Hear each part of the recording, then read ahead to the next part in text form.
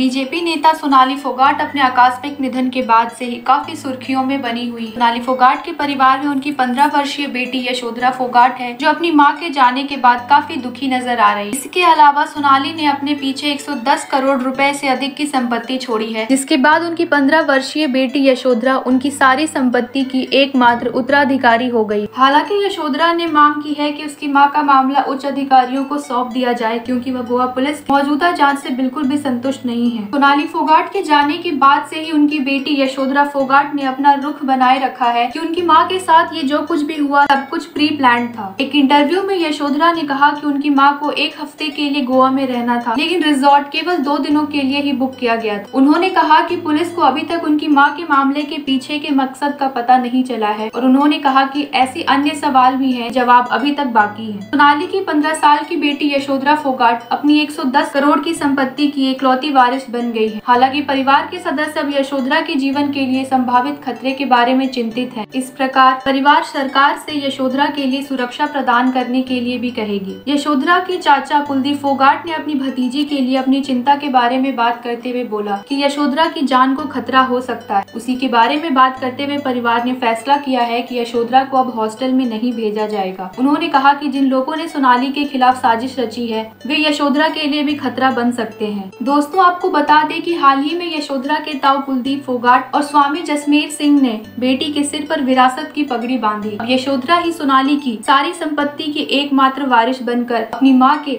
सभी जिम्मेदारियों को संभालेगी। कुलदीप फोगाट ने कहा कि यशोधरा का जहां दिल करेगा वो वहां रह सकती है, पूरा परिवार उसका ख्याल रखे। वे जल्द ही सोनाली की जमीन जायदाद बेटी यशोधरा के नाम करवाने की प्रक्रिया शुरू करेंगे, और जब यशोधरा 21 साल की हो जाएगी तो प्रॉपर्टी उसके नाम हो जाएगी। परिजनों का यह भी कहना है कि मां के बाद अब बेटी यशोधरा उभर रही है। परिजन उसे हर संभव तरीके से खुश रखने का प्रयास कर रहे हैं। शोक सभा में भी काफी शांत और नजर आ रही थी यशोधरा। दोस्तों, वो बच्ची इतना सब कुछ होने के बाद भी कितनी समझदारी से काम ले रही है, ये तो हम सभी देख सकते हैं। यहाँ तक कि उसने खुद ही अपनी माँ की जिम्मेदारियों को संभालने का फैसला किया, और साथ ही अपनी माँ के लिए न्याय की लड़ाई भी लड़ रही है। एक और जहाँ सभी लोग यशोधरा के इस जाबाज इरादे की सराहना कर रहे हैं, ऐसे में अब बॉलीवुड एक्टर परेश रावल भी इस बीच आगे आए। परेश रावल ने भी इस पूरे मामले में दुख व्यक्त किया और कहा कि सोनाली जी के साथ जो कुछ भी हुआ वो बहुत बुरा था। उनके साथ हुई इस घटना की कल्पना हम में से कोई नहीं कर सकता, लेकिन जिस चीज ने मुझे सबसे ज्यादा हैरान किया है वो है सोनाली जी की 15 वर्षीय बेटी का हौसला। वो बच्ची कितनी हिम्मत वाली है, ये तो हम सब देख ही रहे हैं। अपनी माँ को खोना